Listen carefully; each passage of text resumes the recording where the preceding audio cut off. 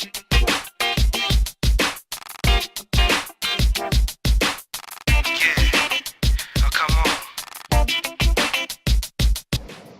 guys, I'm Rob Bass, and this is Speaking Geek, more precisely, Speaking Geek about Japan.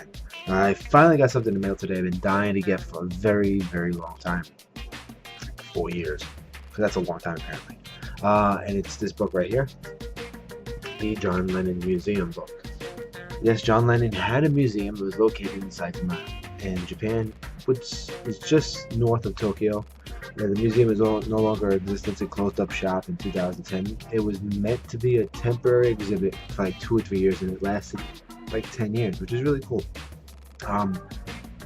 So when you go to the museum, you can see all this great stuff. When you first walk into the museum, you sit in that little amphitheater, and they have this little video about John Lennon and about his life and how his music affects people and the charities, and Yoko Ono talks and stuff like that.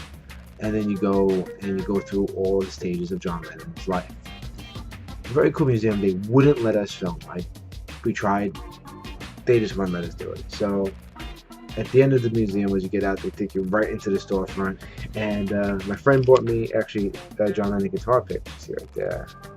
I put them on Instagram. You can probably see them all on Instagram.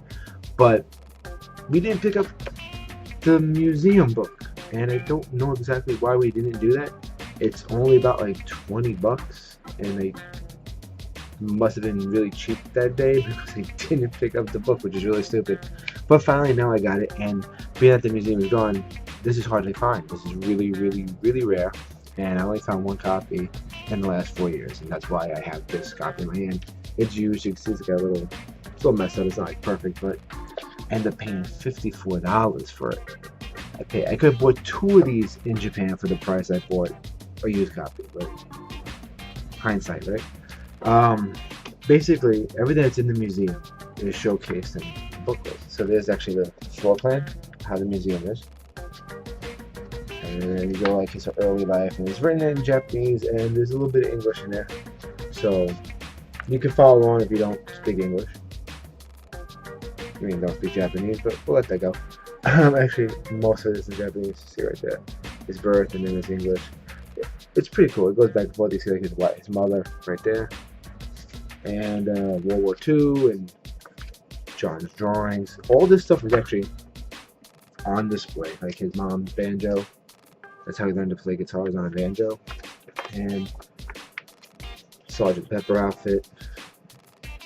The machines they used to record with, the handwritten lyrics. Like John had it all. Like all his handwritten lyrics and books, his artwork, and his guitars. They actually had a little mock-up bed in it.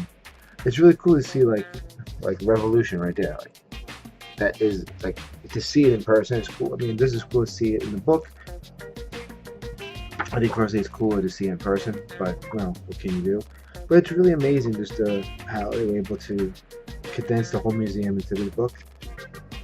Not everything that was at the museum is in the book. This book is a little thin for that, but it captures the most part of it. I gotta tell you that I'm really happy to finally get this, and if you can find this book, this is the closest you're ever going to get now to it. So good luck getting it. I hope you can, because I got it, so it's mine. I want to thank you guys. Subscribe to the channel if you have any questions about the museum or anything you want to know.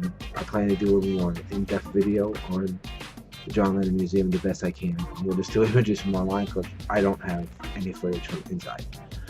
Alright, once again, follow us on Twitter at AltMinds, Instagram is Alternative Minds, website is alternativeminds.com, and I'll mention again, subscribe as always, and thank you guys, and until next time.